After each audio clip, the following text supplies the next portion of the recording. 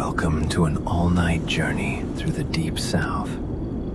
Tonight, we've gathered our most soothing mysteries into one uninterrupted experience to guide you into a heavy, restful sleep. Let the rain wash away the day as we begin at the Moss Manor. The man in cell 7. I awoke to the scrape of fingernails on stone. At first, I thought it was rats. Then it whispered, "James." Then it whispered again, "James." And I realized something in the cell was alive. Welcome to Sleepy Echoes Unwind, where the night remembers old stories. I'm gonna tell you about a man trapped in a cell that remembers him.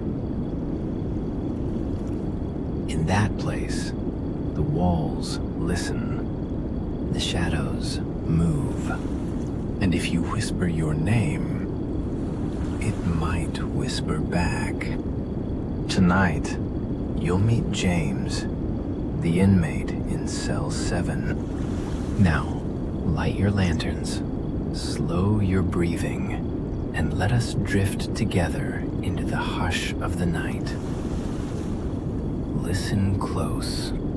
The man in cell 7. Down in southern Louisiana, the prison squats low against the marshland.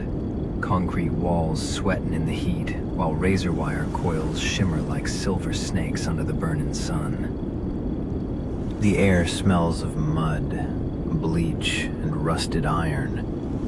And from the yard you can hear dominoes slapping tables, weights clanking, men laughing too loud, just to drown out the silence waiting on them later. Guards move slow but watchful beneath mirrored sunglasses, keys chiming at their hips as boots grind gravel into dust.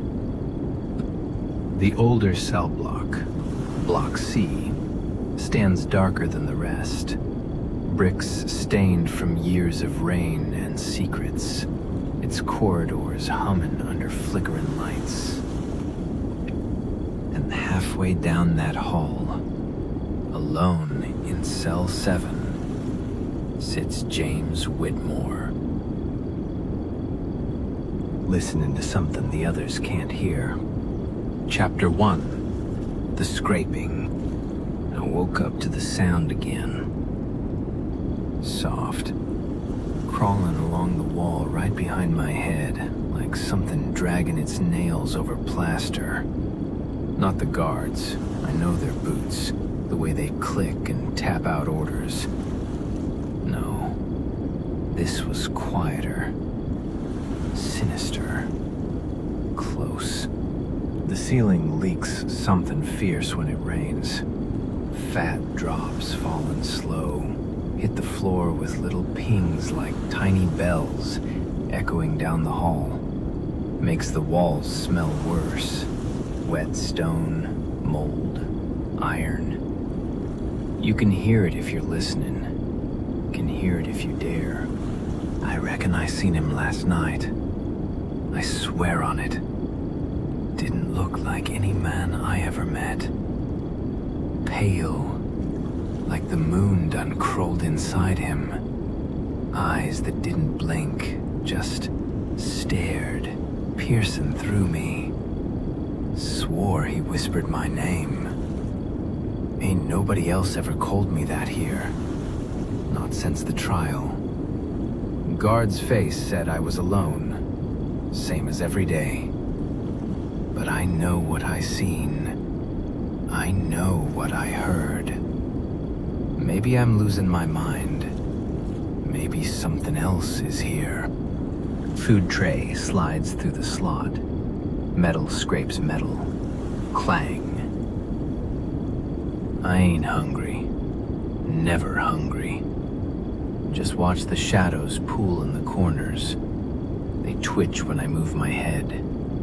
I catch them dancing sometimes, like they're trying to get my attention. I tried the bars this morning. Whispered my own name, see if it'd answer back. Maybe it did. Or maybe I did. Hard to tell. Ain't no one call me by my name no more. Not in the hall, not ever. Only here. Only tonight. Evening comes. Heat presses heavy on the bricks. Sweat running down my hair, sticky against my scalp. The scraping comes again. Always behind me. Always closer. Sometimes I turn, catch a flash of something pale, grinning. Always grinning. I ain't never seen the door open. Ain't never heard anyone leave. But I hear him sometimes. Breathing just beyond the wall. Sometimes I reckon it's me.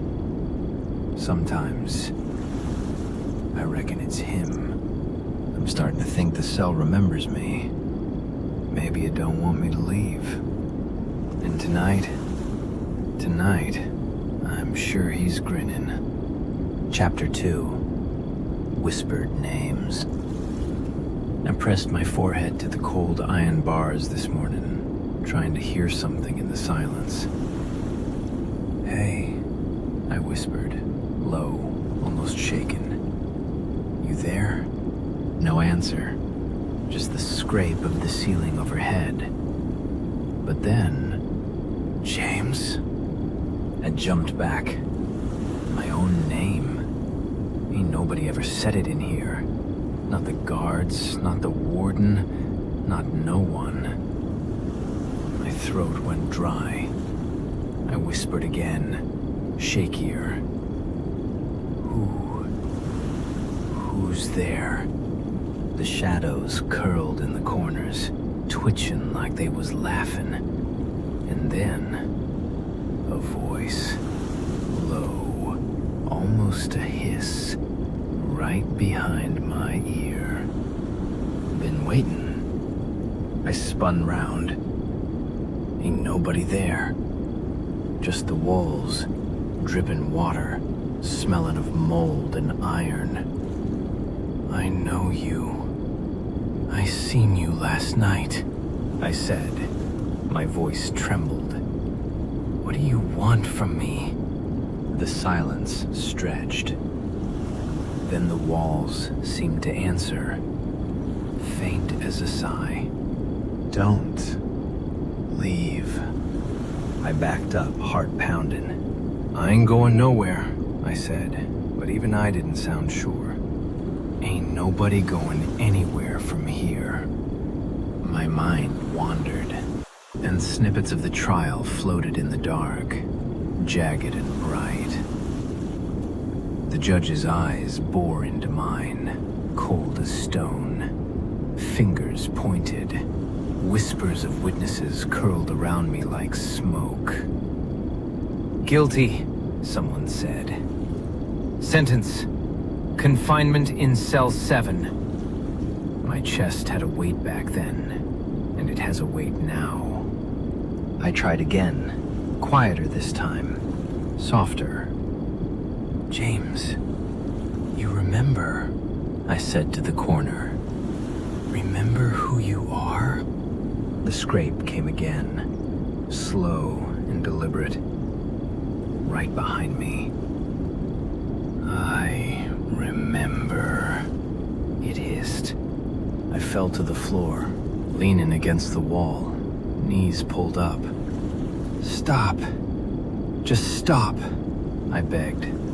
My voice sounded small, like it didn't belong to me no more. I can't take it anymore. A shadow stretched from the corner, slow as molasses, fingers touching the edge of the cell, almost brushing my arm. You can't leave, it whispered. I swallowed hard, shiver running down my spine. Why me? I whispered back, voice croaking. Why me, huh? And for just a heartbeat, the whispers of the past, the pointing fingers, the gavel pounding, all swirled in my head. The shadows, the scraping, the voice, they all seemed tied to it, to what I did, to what I couldn't forget. For a second, I thought I was alone, but I knew better. Ain't never alone. Not in Cell 7. Not with him. Not with this thing. Chapter 3. The Pale Visitor. I woke to the scrape again, but this time, it wasn't just behind me. It moved across the floor, slow, deliberate, like something dragging itself toward me. I pulled the blanket tight, heart hammering. Then I saw him, right in the corner. Pale as a drowned man, eyes wide, unblinking, grin stretched too far, teeth glinting in the dim light. Who are you? I croaked. He didn't answer right away, just watched, breathing slow, quiet, like a shadow that got tired of hiding. And then, low, hissing, "You know me." I shook my head, but my voice trembled. I don't. I swear, I don't know you. His grin widened. Yes, you do. I've been here, watching, waiting, learning. You brought your secrets with you, James. Carried them into this cell. I froze, cold shiver running down my spine. Secrets? I whispered. What do you mean?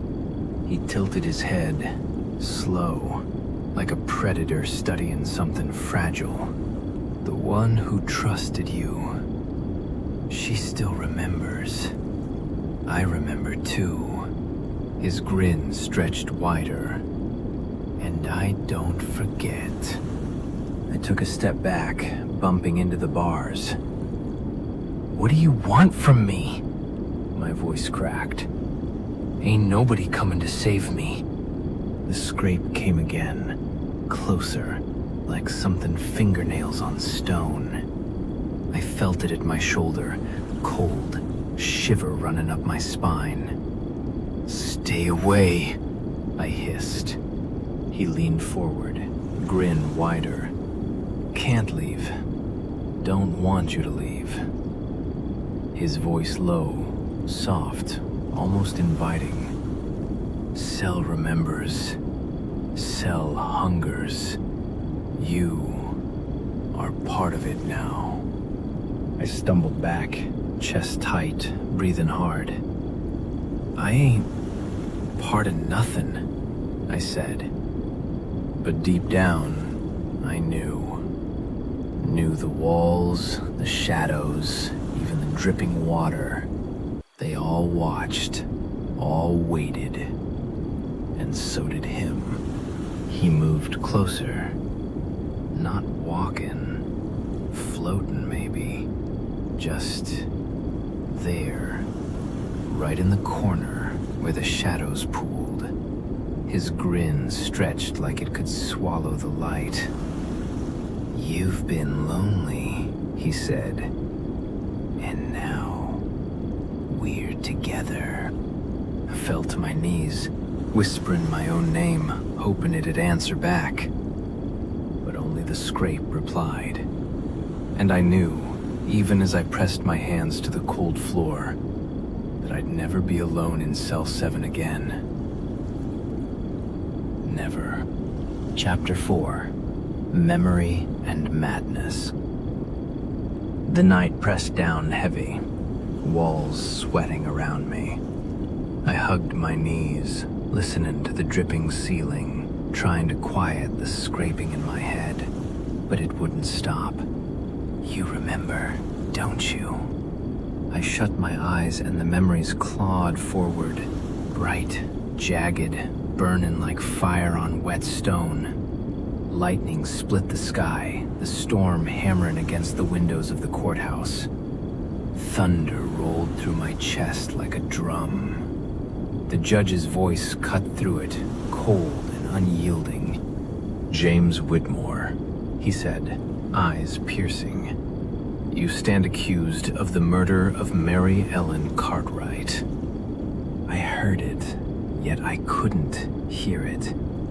The words tangled with screams, with the wind, with the rain lashing the windows.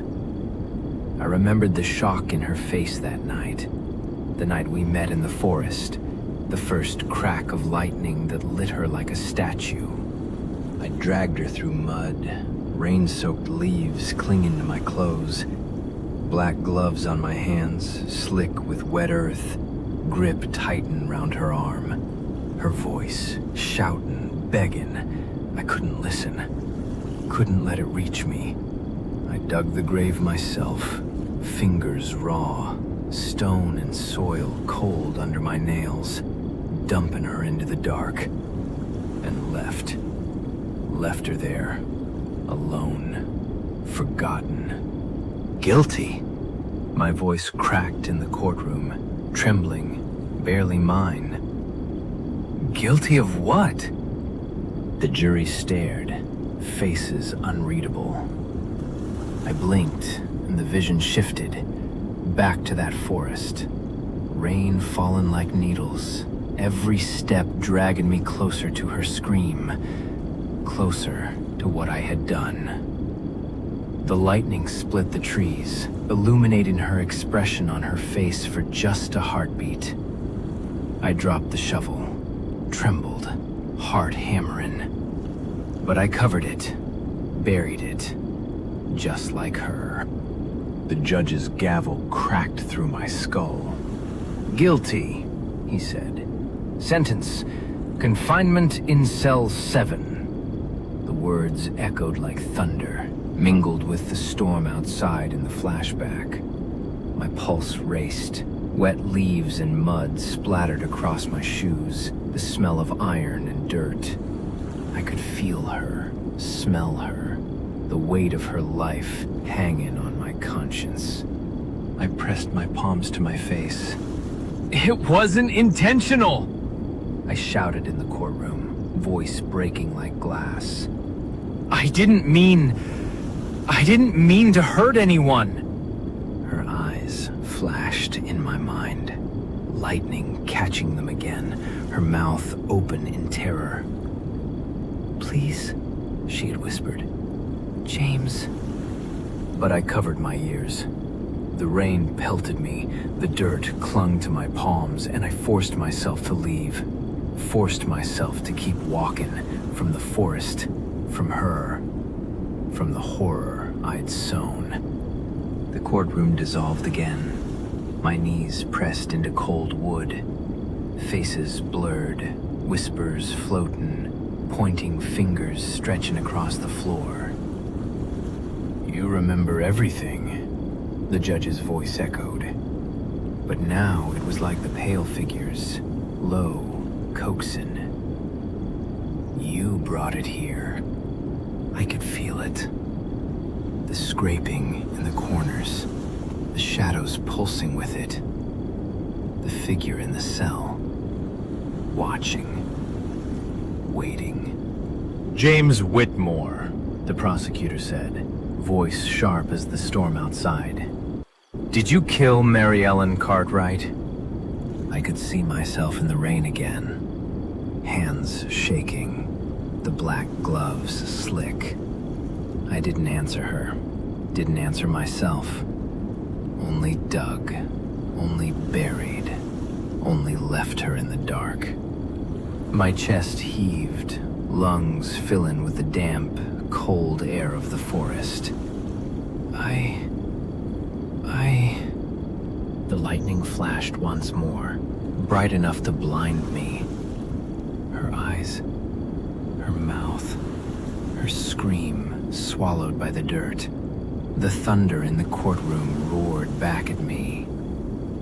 "Yes," my own voice muttered. Yes, I did.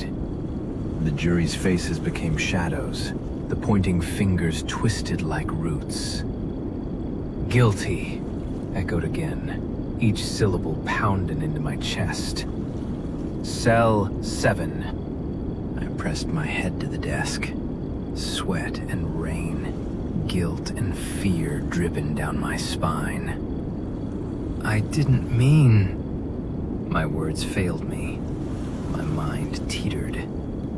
One moment, the judge's eyes. The next, the lightning catching her face in the mud.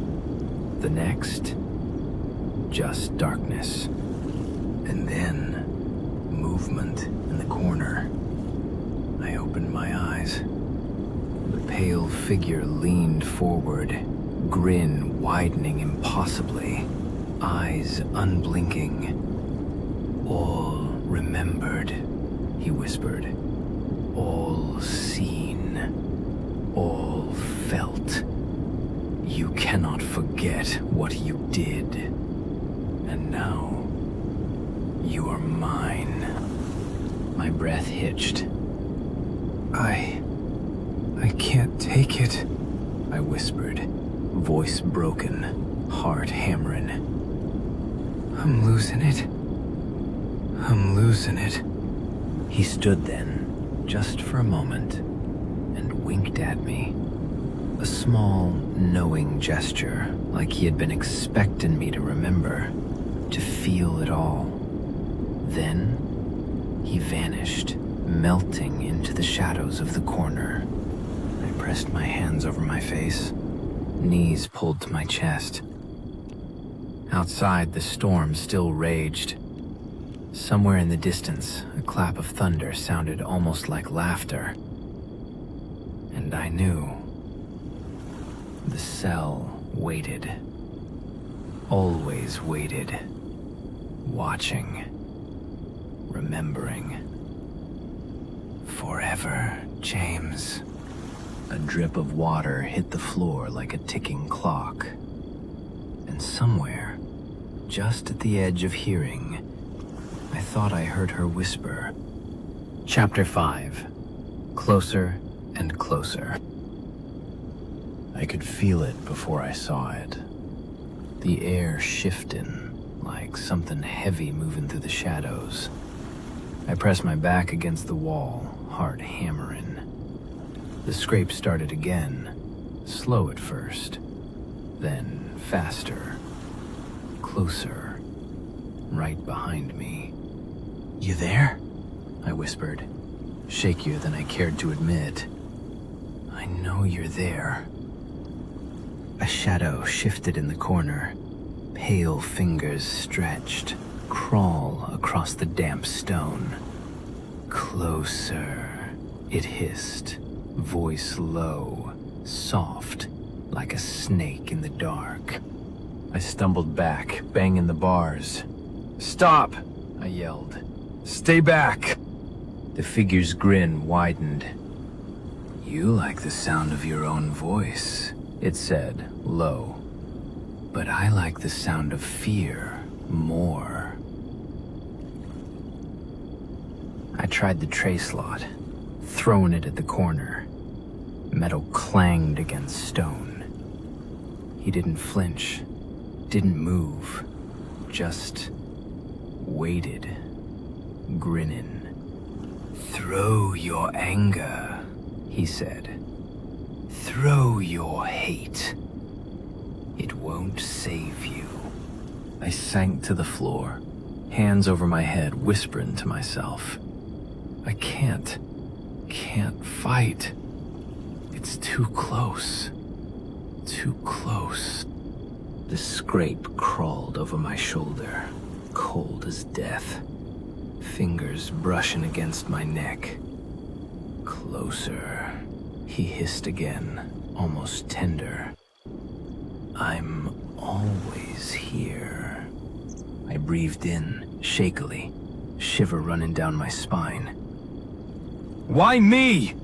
I screamed. Why me, huh? The figure leaned in from the corner, grin stretched too far. Because you're delicious, he said, voice almost sweet, almost kind. Because you're mine. And then the walls seemed to hum. The shadows thickened, and the ceiling wept fat drops that fell in time with my heartbeat. I realized I wasn't just trapped in the cell. The cell was trapped in me, and him, and me, and him, and the shadows all at once. Closer. Always closer. I didn't try to run. Couldn't. Didn't want to. I just stayed there, feeling him brush the edge of my skin, grinning, waiting. Chapter 6. Confrontation. The scrape came sharp this time, cutting through the silence like a knife. I froze, heart hammering, every hair on my arm standing on end. Who? What are you? I whispered. My voice trembled. The pale figure stepped out of the corner. No floating this time, just there. Solid. Eyes unblinking, grin stretched wide. I am what you fear, he said. I am what waits in the dark when no one else remembers your name. I pressed against the bars, shiver running down my spine.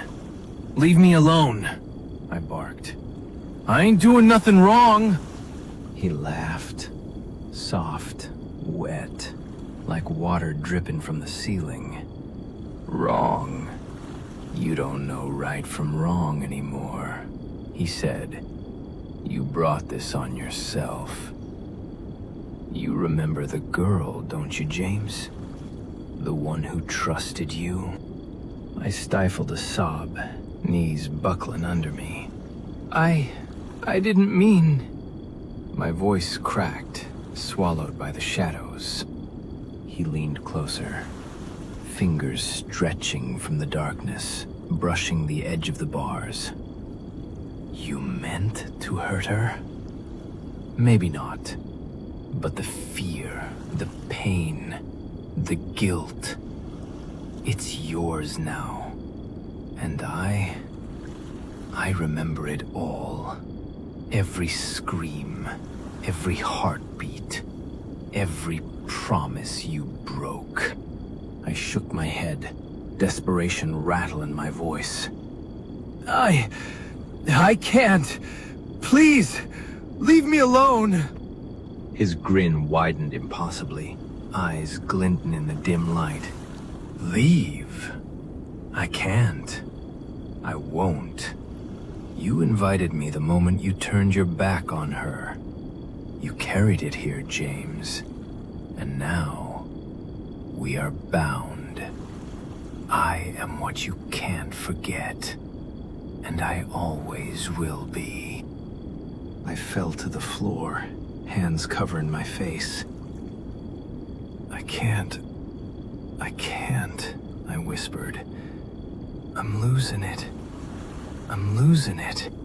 He crouched in the corner, voice soft, almost human, almost kind. Losing it? No, James. You're finding it. The guilt, the fear, the hunger. It's all you, and it's all me. And now, it's always been here. The walls hummed. Shadows shifted. Drips fell in time with my thumping heartbeat. The cell breathed. And then the figure grinned wider than ever, stretching impossibly across the darkness. Together now, he whispered. Forever. You cannot escape what you've done. And I am here to remind you. I wanted to scream, to run, to fight. But every part of me froze. The cell, The figure, the shadows, they were all one. And in that moment, I realized I wasn't just trapped. I was claimed forever, he repeated. And the darkness laughed with him. Chapter 7. The cell remembers. I couldn't move. Not really. The walls, they weren't just walls no more. They pulsed, breathing, stretching just enough to remind me I was small. Every drip from the ceiling sounded like a heartbeat, syncing with mine.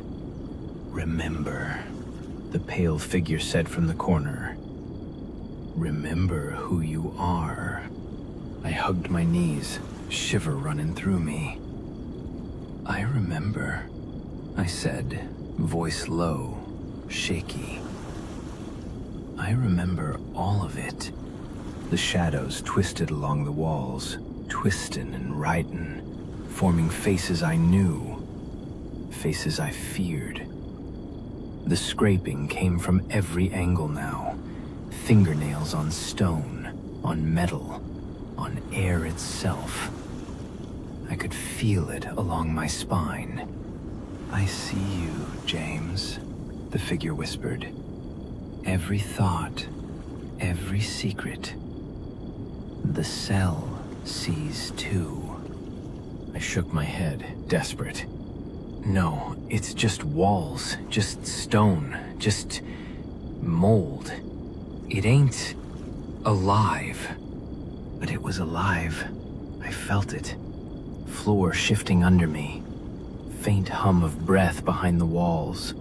Corners thick with shadow that moved like smoke. The dripping water ran in patterns, like fingers pointing at me. The air was thick with iron and fear. Why me? I begged. Why is it me? You are all it needs, the figure said. All I need. Fingers stretched from the shadows, brushing my cheek. Cold, alive, hungry. The cell remembers everything, and it never forgets. I sank to the floor, pressed my hands over my face. Every memory, every crime, every whispered name bounced off the walls, echoing louder, closer, tighter. I can't anymore. The shadows leaned in, the dripping quickened. You can't leave, the figure hissed. You never will. I realized then I wasn't trapped just by bars. I was trapped by stone, shadow, guilt, and the pale man's grin. The cell had claimed me, and it remembered everything. Forever, it echoed. The dripping water, the scraping, the shadows, they all said it. I understood now. I'd never leave. Not alive.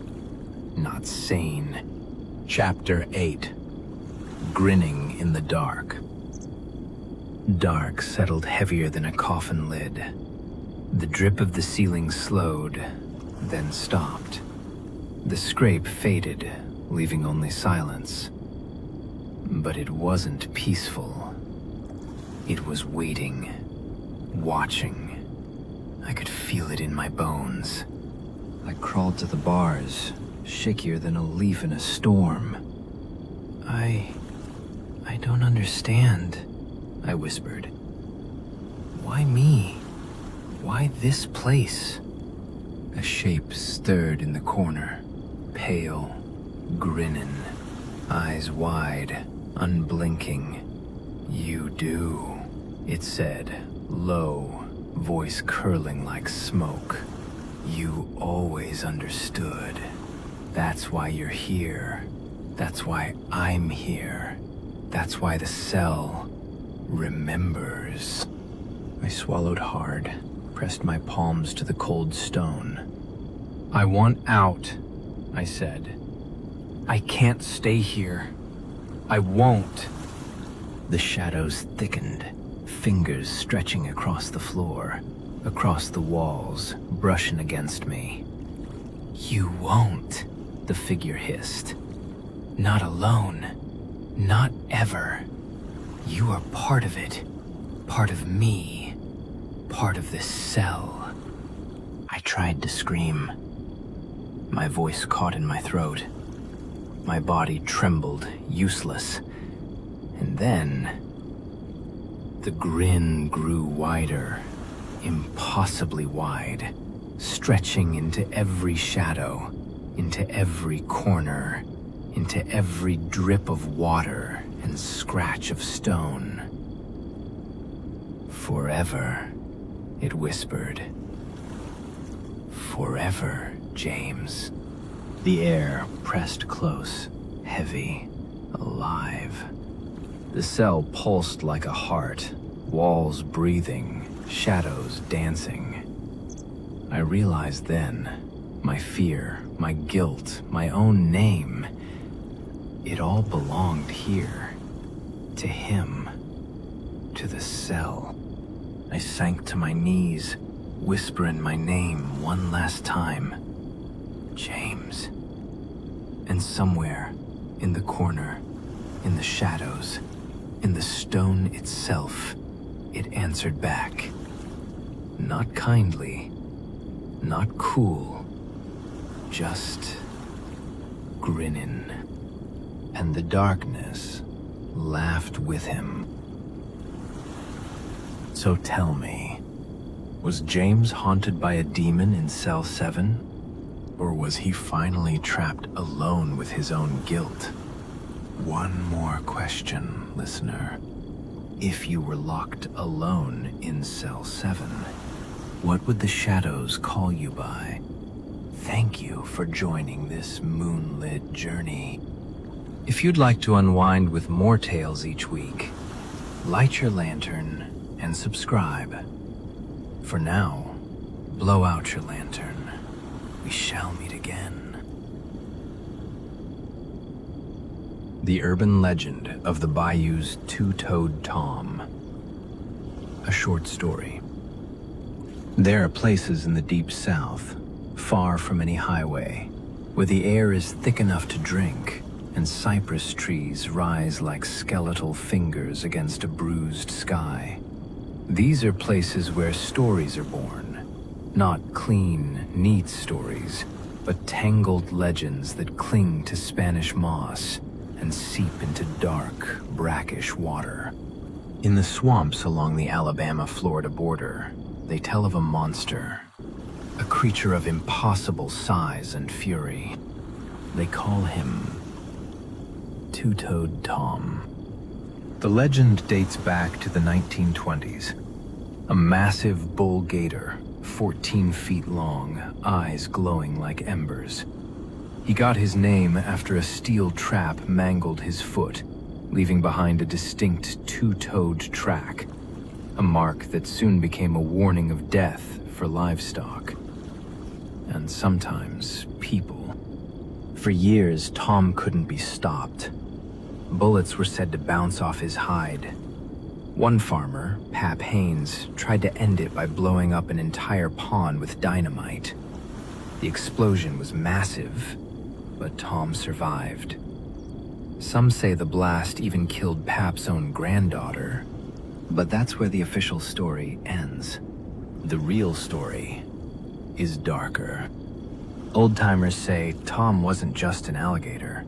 They call him a haint, a shapeshifter, something that learns. Because sometimes the tracks didn't look right, and sometimes the sounds in the swamp didn't belong to any animal. They sounded like something listening. In the fall of 2024, 3 film students from the University of Central Florida chose this legend for their documentary. They thought they could debunk it. They were wrong. What you're about to hear comes from corrupted footage and a final voicemail. This is the story of Maya, Liam, and Chloe. Welcome to Sleepy Echoes Unwind, where the night remembers. Light your lantern, slow your breathing, and drift with me into the dark. Section 1. The Project. Maya was the leader, a sharp, driven documentarian with a healthy dose of skepticism. To her, Two-Toed Tom was a perfect subject, a classic piece of Southern Gothic folklore just waiting to be dissected and explained away. Liam was her tech guy, a wizard with cameras, mics, and drones who mostly saw the trip as a chance to capture some killer B-roll of the swamp. And then there was Chloe, the group's resident folklorist. She was the one who was a little too fascinated by the story's frayed edges, the whispers of shapeshifting, the hints that this was more than just an animal. She'd spent weeks digging into the region's lore, finding some really unsettling overlaps. She tried to tell Maya and Liam about the Rougarou, the Cajun werewolf that hunts people who break moral codes. She read them stories of the Boo Hag, a skinless witch from Gullah tradition that can steal your breath and wear your neighbor's face like a mask. She explained that in these swamps, a haint isn't just a ghost, it's a spirit of pure malice, the kind of thing you ward off with a special blue paint on your porch. "Don't you get it?" she'd argued, her voice buzzing with an energy they just brushed off as academic excitement. Two-Toed Tom isn't one legend. It's all of them. It's an alligator. It's a boogeyman. It's a shapeshifter. The story itself changes form depending on who's telling it. Maya just smiled and said, "Great, that's our angle then. The evolution of a myth." They arrived in a small, forgotten town on the edge of the Choctawhatchee River Basin, a place where time moved as slowly as the murky water. After renting a small fishing cabin, they spent the first day trying to interview locals. Most just shook their heads, warning them to leave the swamp's business to the swamp. One old man, rocking on a porch painted a faded, chipping haint blue, just stared at their camera and said, "Some things ain't meant to be debunked. They're meant to be survived." Section 2. The Investigation. Day 2. They took their small boat deep into the cypress maze. The air grew heavy and still, the only sounds being the buzz of insects and the gentle lap of water against the hull. Liam sent up his drone, capturing stunning shots of the endless green and brown canopy. They set up motion-activated cameras and sensitive audio recorders near a spot the old man had called Gator Jaw Bend. The first night was quiet. Too quiet for Maya. But when Liam was scrubbing through the audio the next morning, he found something. Tucked between the croaking of frogs and the chirps of crickets was another sound. It was faint, a low, guttural clicking. When he isolated and amplified it, the sound was unmistakable. A camera shutter, clicking over and over, even though none of their cameras had been triggered. Chloe was visibly unnerved. "It's probably just some bug we don't know," Maya offered, but her voice didn't have its usual confidence. Later that afternoon, they found the first track. There, on a muddy bank pressed deep into the earth, was a clear, two-toed print. But it was wrong. It was way too big, and the stride to the next print was too long for any gator. It looked less like an animal that had lost its toes, and more like something that was born with only two to begin with. That night, the real fear began. Back in their cabin, a heavy thud shook the wooden porch. Liam scrambled for his camera, its light cutting a sharp beam into the suffocating darkness. There, on the porch steps, was a large, dead catfish. It was fresh, still glistening. There were no tracks leading to or from the cabin. It was just there. A gift or a warning. Well, what do you think, listener? It's strange how a good story can make the shadows in your own home feel a little deeper, isn't it? We hear tales like this, and our logical mind says, no. But a small part of us, that part that remembers being afraid of the dark, isn't so sure. If you find these dives into the unknown as fascinating as I do, consider liking and subscribing. It helps more than you know, and it ensures you won't miss what came next. Because for Maya, Liam, and Chloe, what came next was the end of their project, and the beginning of their nightmare. Section 3. The Hunted. The third day was their last. The mood had curdled from academic curiosity to a primal feeling of being watched. Maya, ever the pragmatist, decided they'd make one final pass through the area with the track before packing it in. As dusk began to settle, painting the sky in shades of bruised orange and purple, they motored through a narrow channel. And then, their boat's engines sputtered and died. Liam worked on it, frantically, but it was no use. They were stranded. As the last sliver of sun vanished below the tree line, the swamp came alive with a brand new sound. A voice. It was Maya's. Liam? Can you hear me? It called from the dense thicket to their left. But Maya was right beside him, her eyes wide with terror as she shook her head. Then, Chloe, help! The voice cried out, this time a perfect copy of Liam's. The thing that had been watching them was now playing with them.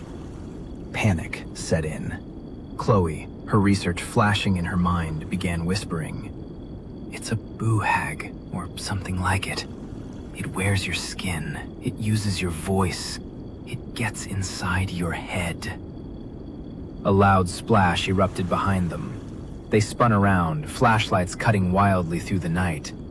Something huge was moving in the water. Something that displaced way more water than any gator should. Then, from the shore, a bellow. It was the roar of a bull gator, but it warped and twisted, melting into a high-pitched scream before resolving into a guttural, two-syllable sound. It was almost a word. Almost a name. Tom. The last coherent fragment from their camera is a frantic, shaky view of the boat. We hear Chloe screaming, "It's on the boat!" We hear Liam yelling.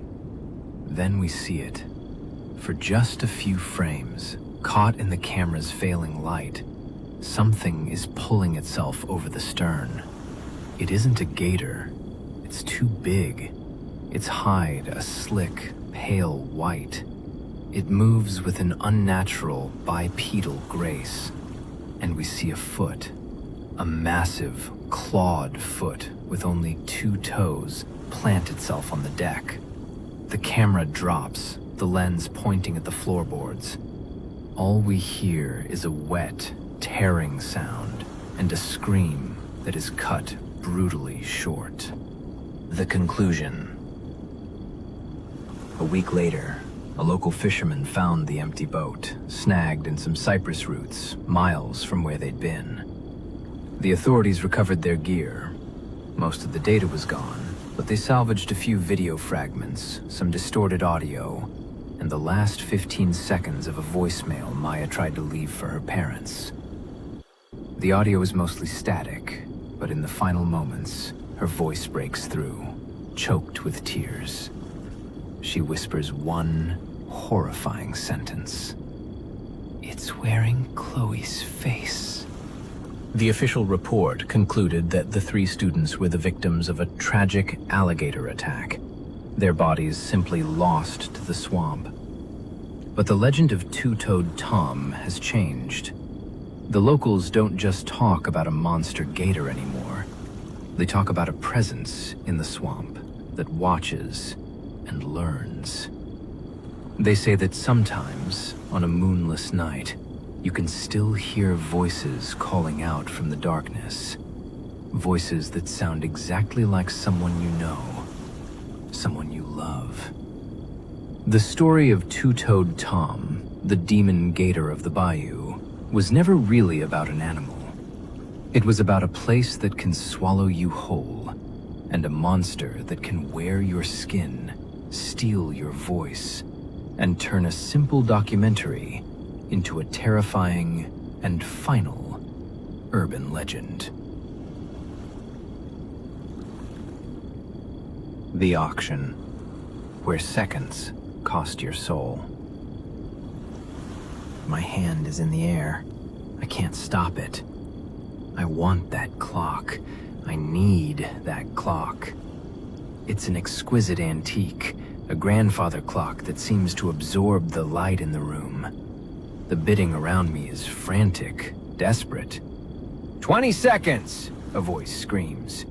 25, another counters. I'm about to shout 30 when a cold, paralyzing dread washes over me. Seconds? They're not bidding with money. It's not an antique clock. It's a machine that gives you back 24 hours of your past.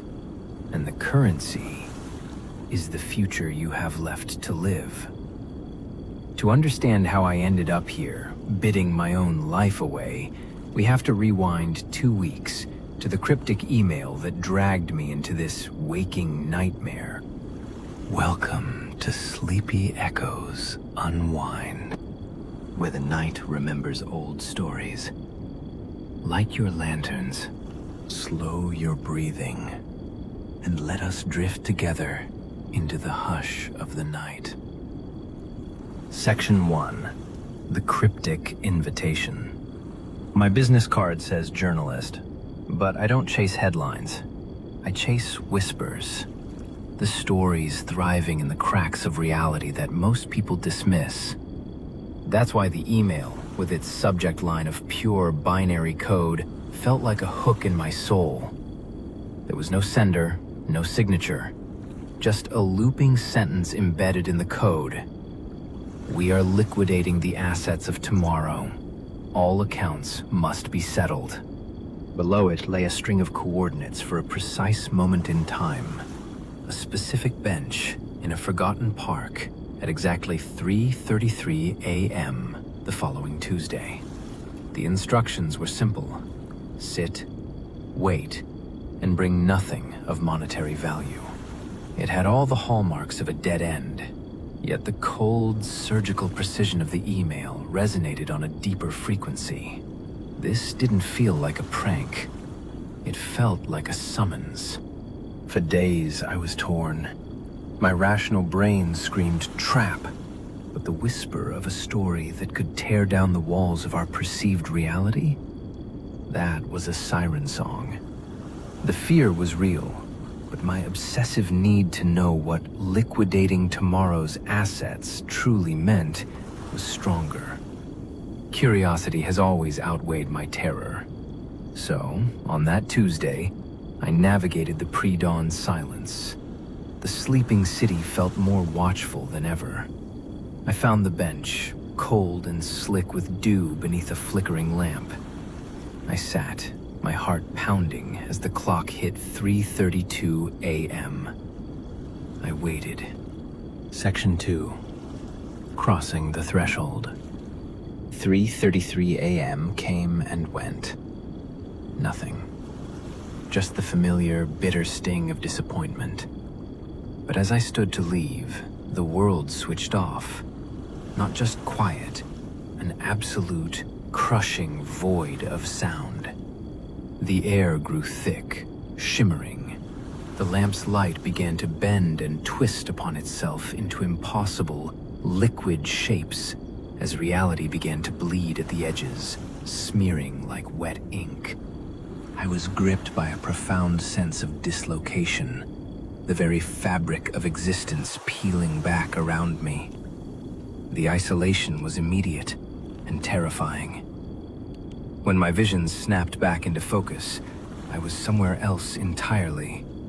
A grand, cavernous hall that seemed carved from shadow and forgotten memories. The architecture was a clash of opulent Baroque and decaying brutalism. And I was not alone. Dozens of figures drifted through the hall. Some looked ordinary, faces tight with predatory greed. Others weren't entirely there. A woman in a Victorian gown flickered like a faulty hologram. A man in a tweed suit was a column of restless smoke. The living and the spectral, shoulder to shoulder, all waiting with a terrible, silent patience. Section 3. The price of a bid. My hand trembled as I reached into my pocket. In place of my car keys, my fingers found a small, smooth stone. It had a deep, impossible chill, as if plucked from the heart of a glacier. The instant I touched it, a voice spoke, not to my ears, but directly in my mind. It was impossibly calm, chillingly serene. Welcome. Your paddle is in your hand. The rules are simple. I scanned the room, but no one looked at me. The voice continued, a cold drop of information in my consciousness. We do not trade in currency. We trade in potential, in experience. A bid can be a memory you cherish, a sliver of your future, an emotion you will never feel again. All bids are binding. All sales are final. It was a sickening epiphany. The stone wasn't an object. It was a parasite latched onto my soul. The price of admission wasn't bringing nothing of value. The price of admission was everything. I was the currency. The journalist in me screamed to document. The human screamed to flee. But the entrance was gone, replaced by a seamless wall of ancient, sweating stone. I wasn't a guest. I was an asset. Section 4. A liquidation of the soul. A pair of towering doors groaned open, and the crowd swept me along into a vast amphitheater. At its heart stood a block of pure obsidian, and behind it, the auctioneer. He was neither living nor dead, a paradox of sharp lines and infinite emptiness. His eyes were black holes holding the sorrow of 1,000 ruined lifetimes. His voice was a ghostly chorus of every soul ever lost in this room. Let us begin, the chorus boomed. The first item, a simple kitchen knife. From the year 2045, the auctioneer declared. A blade that never dulls. It sharpens itself on the very atoms in the air. The bidding was swift and brutal. I bid a year of peaceful sleep, a haggard man bellowed. He won with a choked whisper, all my dreams for the next 5 years. The gavel fell. He staggered away, clutching the knife, his eyes suddenly hollow and ancient. Next, a small data chip. A preventative cure for cellular degradation, the auctioneer announced. From the year 2098. It will not reverse aging, but it will halt it. The air crackled with raw desire.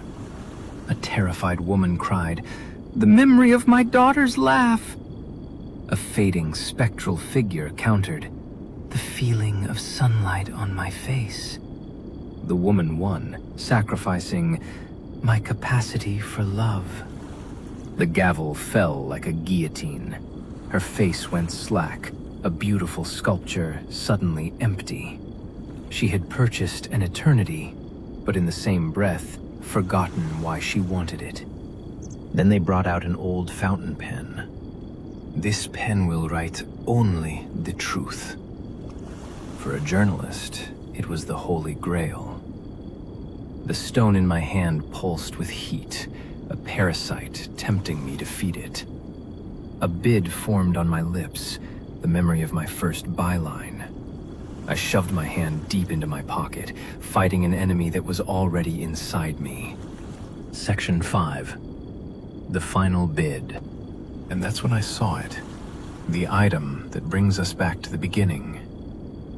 An ornate grandfather clock. This item does not tell time. The auctioneer's voice echoed, a chilling symphony of loss. It gives it. The owner may turn the hands back once, and only once, to relive a single perfect 24-hour period from their past. A profound hush fell over the room. To erase one mistake, to hold a lost loved one. It wasn't an item. It was a prayer made manifest. The bidding, the auctioneer whispered, a flicker of unending sadness in his ancient eyes.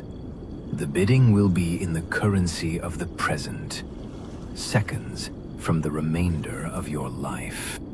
And just like that, we were back, here, now. The bidding is a blur. 10 seconds! 15! The specters bid with abandon, the living with the quiet terror of watching their own hourglass drain. The price climbs. 20 seconds. 25. I was no longer an observer. The desire to see my father again was a physical agony. The stone in my pocket seared my hand, proposing the trade, the memory of his face, for the chance to see it one last time. My hand began to rise. I was losing myself to this place. 30 seconds. A voice cries out. It's the woman who bought the data chip, her face a blank mask. Everyone pays. The auctioneer's voice boomed inside my skull. In that moment of horrifying clarity, I saw it. A small door behind the auctioneer. It didn't belong. It looked soft, almost breathing. Not an escape. It was just other. Fueled by pure animal terror, I broke my trance and ran for the anomaly. The conclusion. Pushing through the door was like diving into an ocean of static, a sensory sandblasting. I felt pieces of myself being stripped away. The name of my childhood street, the punchline to my favorite joke. Tiny pieces of my identity flaking away like old paint. I burst out and collapsed onto wet pavement, miles from the park. Dawn was breaking. The city was waking up, utterly oblivious. I reached into my pocket. The stone had crumbled into fine gray dust. I have my story, but no proof. My recorder holds only static. When I try to write the details, my mind is a fog. Did I lose those memories in my escape? Or is my mind just burying the trauma? I don't know which is more terrifying. The profound isolation of that hall never truly left me. It's a cold spot in my soul that refuses to warm. I've become a ghost in my own life, haunted by the knowledge of what festers in the cracks of the world. Sometimes, late at night, I'll look at a clock on the wall, and I swear I can see the second hand stutter and spin backward, just for a moment. A chilling reminder that a sale is final, a bid is binding, and somewhere, a part of me is still on the auction block, waiting for the gavel to fall. The world is full of whispers and shadows, and sometimes they whisper back. If you want to hear more stories from the edge of reality, make sure to like this video, subscribe to the channel, and hit that notification bell. You never know what will be up for auction next. Thank you for following me on this moonlit journey. If you made it to the end, comment, "I made it!" Then blow out your lantern. We will meet again.